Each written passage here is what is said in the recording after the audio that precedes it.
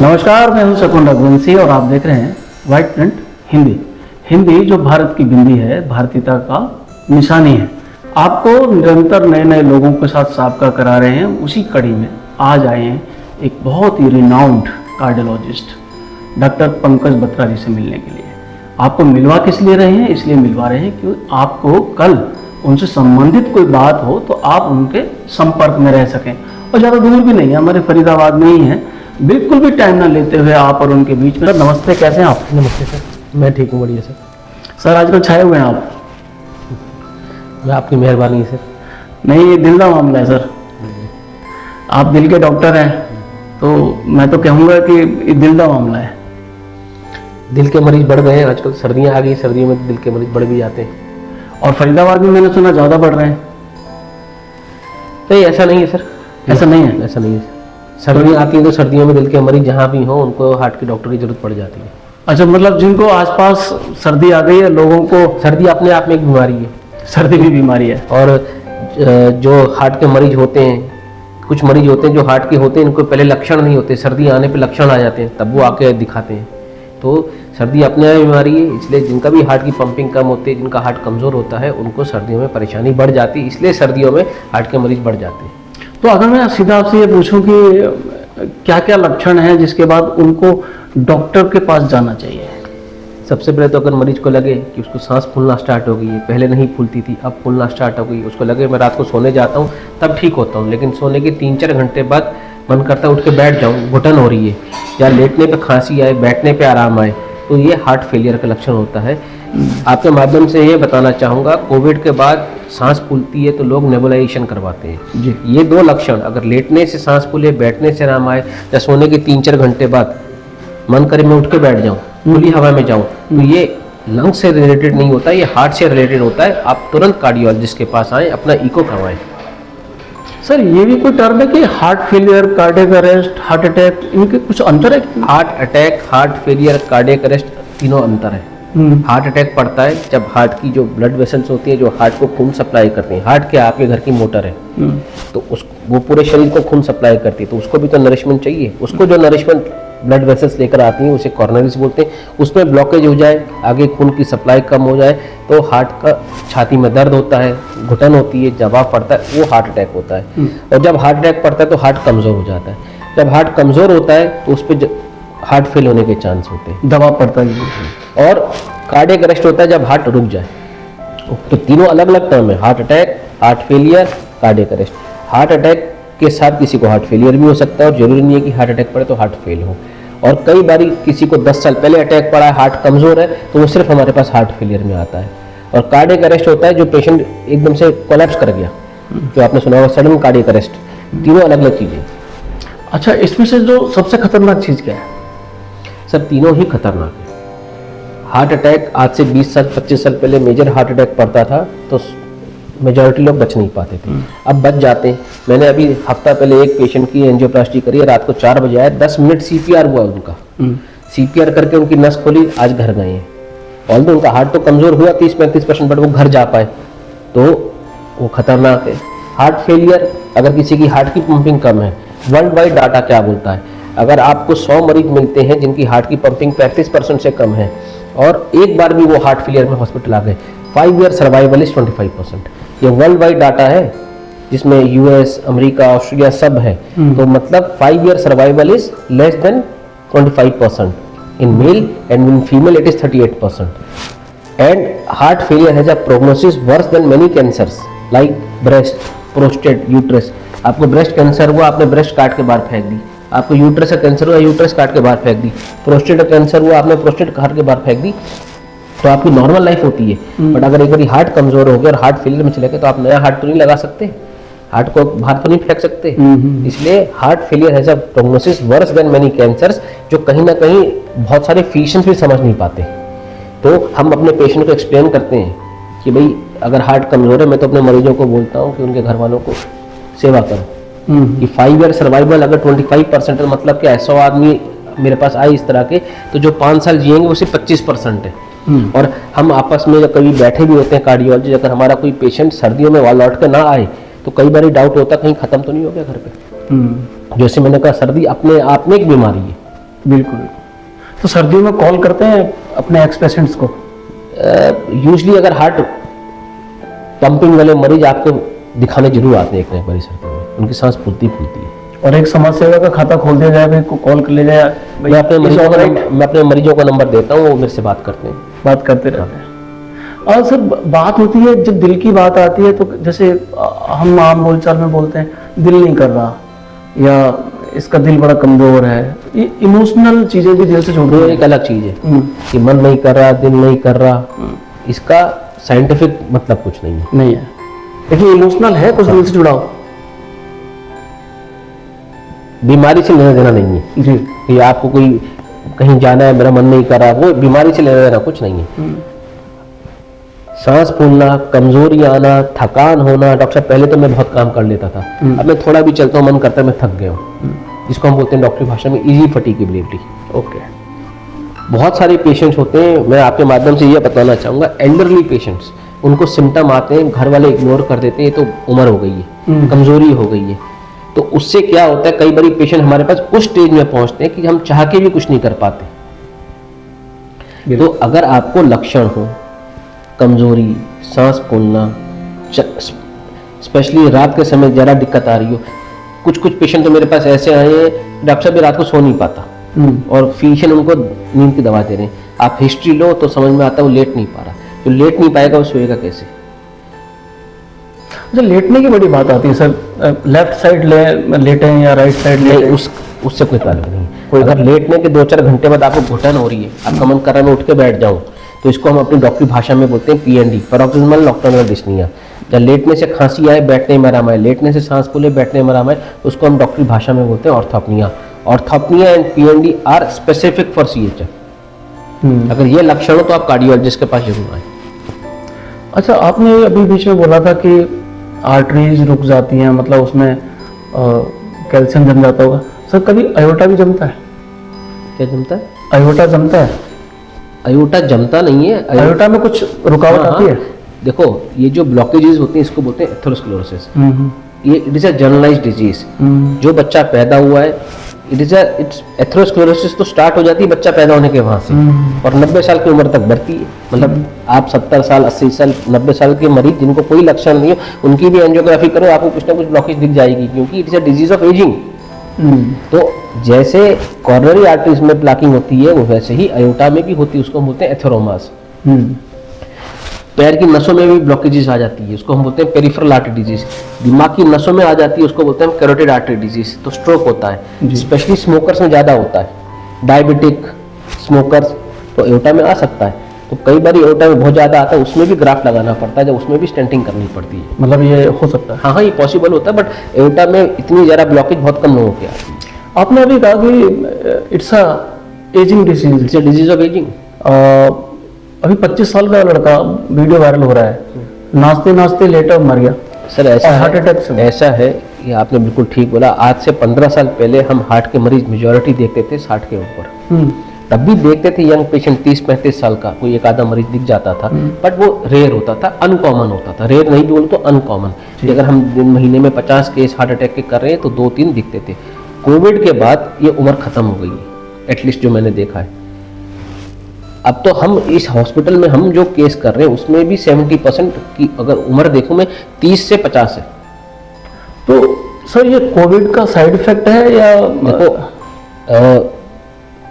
कि वो बच तो गए हैं लेकिन कमजोर हो गए हैं, ऐसा भी कुछ है? मेरा पर्सनल मानना है, मैं ये भारत सरकार या किसी भी सरकार के हिसाब से नहीं बोलूंगा, मेरा पर्सनल मानना है, मैं गलत भी हो सकता हूँ। साइंस के लेवल पर नहीं बोल रहे आप? नहीं, साइंस के लेवल पे जो मुझे साइंस समझ में आती है, Covid and was not pandemic, it was plandemic. ये प्लान करके आया है कि दुनिया की पॉपुलेशन को कंट्रोल करना है। भाई रिसोर्सेज तो लिमिटेड ही है ना, आपको बांटना है, तो किसने प्लान किया नहीं किया ये डिफिकल्ट टू से।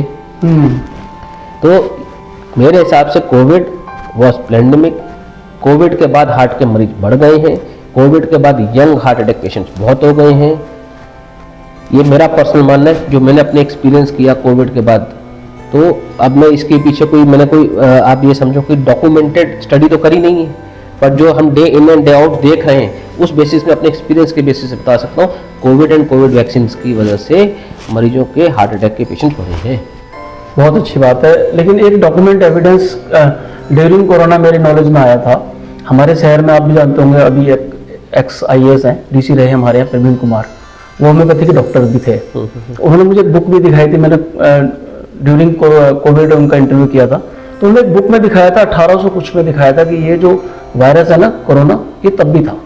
तो वो उन्होंने कहा था ये कोई नई चीज़ नहीं है, ये है, इसकी हिस्ट्री तो है। देखो, आप ये पूछो, दुनिया में हजारों वायरसेस हैं, क्या आपको सब वायरसेस पता है? नहीं पता। ठीक, तो मैंने यही बोला ना, Covid was not pandemic, it was plandemic.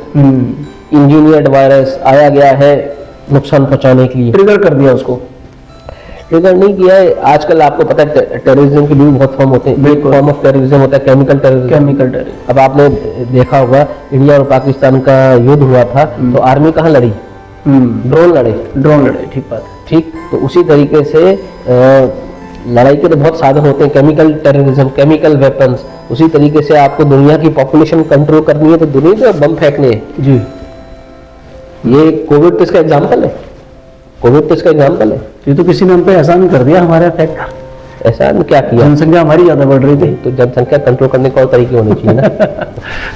Sir आपने बोला, जब आप मैकेनिज्म की तरफ ले गए, इसको टूल्स की तरफ ले गए, अभी इन दिनों मैंने एक टर्म सुना, कहीं बैठ के बात कर रहा था कि अब AI सर्जरी हो रही है। ये है कोई? AI सर्जरी कुछ नहीं होती। Artificial intelligence is coming in a big way. Artificial intelligence क्या है कि आपके पास डाटा आप डालते हो, वो आपको गाइड करता है। जैसे रेटाइना देख के, जैसे अब शुगर के मरीज होते हैं तो उनको डायबिटिक रेटाइनोपैथी होती है। जब ब्लड प्रेशर के मरीज होते हैं उन्हें हाइपरटेंसिव रेटाइनोपैथी होती है। तो वो ऑप्थेल्मोलॉजिस्ट देखते हैं, तो वो क्या देखते हैं, वो पिक्चर्स आपने अपने AI में डाल दी, तो वो उस बेसिस पे आपकी रेटाइना देख के बता देंगे आपको शुगर है या नहीं है, आपको गाइड कर देंगे। तो AI will be able to guide you कि भाई आपकी ये लक्षण, आपको क्या हो सकता है जी। बट आपको जाना तो डॉक्टर के पास ही होगा, एनालाइज तो डॉक्टर ही करेगा। बिल्कुल। Doctor will never be able to, AI will never be able to replace doctor, because जो क्लिनिकल हिस्ट्री है, जो हम 25 साल पहले जब MBBS करने गए थे, तो डिफरेंट शिकायत डिटेल हिस्ट्री, मैं अपने मरीजों को बहुत कॉमनली बोलता हूँ, you never treat investigation, you treat patient. आप जांचों का इलाज नहीं करते। वो अलग बात है, आजकल हमारे पास पेशेंट रिपोर्ट लेके आते हैं, डॉक्टर साहब ये रिपोर्ट कराई थी, इसमें कुछ काला आ रहा है, वो देखो उसका क्या करना है। वो तरीका ही गलत है। आप मरीज का इलाज करते हो, अगर मरीज को लक्षण होते हैं, रिपोर्टों में कुछ नहीं होता, तो भी आप इलाज करते हो, और मरीज को कोई लक्षण ना हो, रिपोर्टों में जो मर्जी आता है आप इग्नोर भी करते हो। You always treat patient, you never treat investigations. So हर चीज़ का फायदा नुकसान है। AI का फायदा ये है कि वो सेग्रीगेट करने में हेल्प करता है, but AI will never be able to replace at least a doctor. हाँ, ये आपने बड़ा अच्छा शब्द यूज किया है, सेग्रीगेट। ये कहा गया है कि भाई AI कुछ जनरेट थोड़ी ना करता, वो तो एग्रीगेटर है। वो आपके जो पहले से मौजूद सूचनाएं हैं उनको तुरंत इकट्ठा करके एक फॉर्म में आपको देता है, एज यू डायरेक्ट दैट। हर चीज़ के प्रोज एंड कॉन्स होते हैं, तो उसके प्रोज हैं, ऐसा नहीं है इसके प्रोज नहीं है। आपने MBBS कहाँ से? मैंने अपनी कोल्हापुर गवर्नमेंट मेडिकल कॉलेज से MBBS करी, फिर मैंने अपनी जम्मू से पोस्ट ग्रेजुएशन करी, और अब मैंने दिल्ली से सुपर स्पेशलाइजेशन। कहाँ से हैं आप मूल निवासी? मैं वैसे तो देखो सर, मतलब born and brought up entirely इन दिल्ली। उसके बाद पिछले 20 साल से फरीदाबाद में, 20-22 साल से। और उससे पहले मेरे ग्रेट ग्रैंडफादर्स तो पाकिस्तान से, मुल्तान से। अच्छा, मुल्तान से आप? ये मैं नहीं हूँ, मैं तो born and brought up entirely. बिल्कुल बिल्कुल, इसमें मैं आपको नहीं कह रहा हूँ। ये एक बात तो कही जाती है कि भाई हमारा जो निकास है वो कहाँ का है, तो आप उस संस्कृति से रूबरू तो होंगे ही। हम तो अपने आप को दिल्ली वाला मानते हैं। क्योंकि मैं फरीदाबाद में तब आया जब MBBS कंप्लीट हो गई, तो पूरी जिंदगी तो दिल्ली में ही रहेगी। बात ठीक है, दिल्ली वाले हैं, दिल वाले हैं, और इसीलिए दिल के डॉक्टर भी हैं आप। सर एक बात बताइए, आप दिल को मजबूती कैसे दी जाए, कोई ऐसा तरीका है आपके? आपको अपने खान पीन पे ध्यान देना चाहिए। खाने में अनाज कम करिए, जिसको हिंदी में अनाज बोलते हैं, इंग्लिश में कार्बोहाइड्रेट बोलते हैं। आज चावल, गेहूं वगैरह। भारत डायबिटिक कैपिटल है दुनिया की। या हार्ट के मरीज ज़्यादा क्यों है, उसमें एक बहुत बड़ा रीज़न है, जो है कि इंडिया में अनाज ज़्यादा खाया जाता है। आप अनाज कम करें, जितना आप अनाज कम करेंगे उतना आपको फ़ायदा है। चाहे आप हार्ट के मरीज हो चाहे नहीं हो, चाहे आप शुगर के मरीज हो चाहे नहीं हो, अनाज कम करें और थोड़ा मेडिटेशन करें, स्ट्रेस लेवल कम लें। डॉक्टरों के लिए भी बोला जाता है कि डॉक्टर्स को भी अपने प्रोफेशन के अलावा कोई और हॉबी रखनी चाहिए। वो एक एक्ट करता है जैसे स्ट्रेस बस्टर। जैसे आप जर्नलिस्ट हैं, आज आप ये पॉडकास्ट कर रहे हैं, वो तो आप अपना प्रोफेशनल काम कर रहे हैं, उसमें भी कुछ स्ट्रेस होता होगा कि कितने लोगों से मिलना है। इसके अलावा भी आपके लिए को भी एक हॉबी होनी चाहिए कि वो स्ट्रेस बस्टर का काम करता है। हॉबी जरूर होनी चाहिए, हॉबी जरूर होनी चाहिए apart from your professional work that acts as a stress buster. Sir अभी एक मेरी जानकारी करेक्ट करिए, ऐसा कहते थे कि महिलाओं को हार्ट अटैक पहले तो ये कहते थे होते ही नहीं है, फिर कहते थे कम होते हैं, वो उनकी कौन सी हॉबी होती है? महिलाओं को भी हार्ट अटैक होते हैं, बट हाँ महिलाओं को एज कम्पेयर टू मेल्स जो हार्ट अटैक की संभावना, जैसे अगर हम बोलते हैं कि 55 के बाद ज़्यादा पड़ते हैं, क्योंकि उससे पहले जो ईस्ट्रोजन लेवल होता है वो प्रोटेक्टिव होता है जो हार्ट को, तो जब इम्यूनोपॉज आ जाता है उसके बाद ईस्ट्रोजन लेवल कम होते हैं तो उनका भी रिस्क बढ़ जाता है। तो अगर फीमेल्स में यूजली 55 के बाद रिस्क ज़्यादा बढ़ता है। यानी कि जो दो हार्मोन हैं जो मेल और फीमेल को डिफाइन कर रहे हैं, टेस्टोस्टेरोन और एस्ट्रोजन, तो जो testosterone females are relatively protective for coronary artery disease as compare to male at younger ages. अच्छा, ये मेनोपॉज के बाद तो उनका भी रिस्क बढ़ जाता है। उनका भी बढ़ जाता है।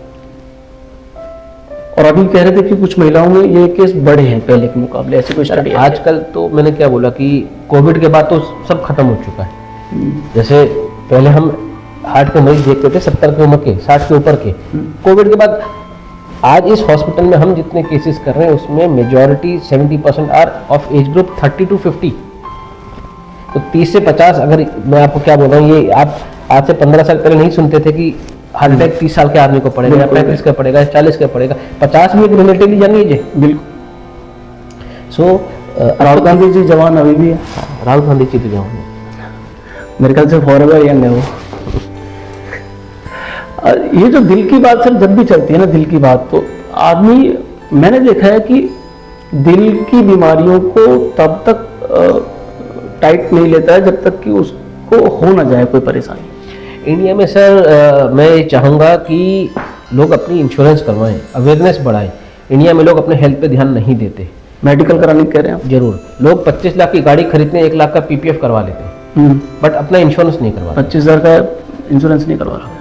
और इंश्योरेंस इसलिए नहीं होता कि आपको किसी हॉस्पिटल में जाकर कोई प्रोसीजर कराना है, वो आपकी सिक्योरिटी है।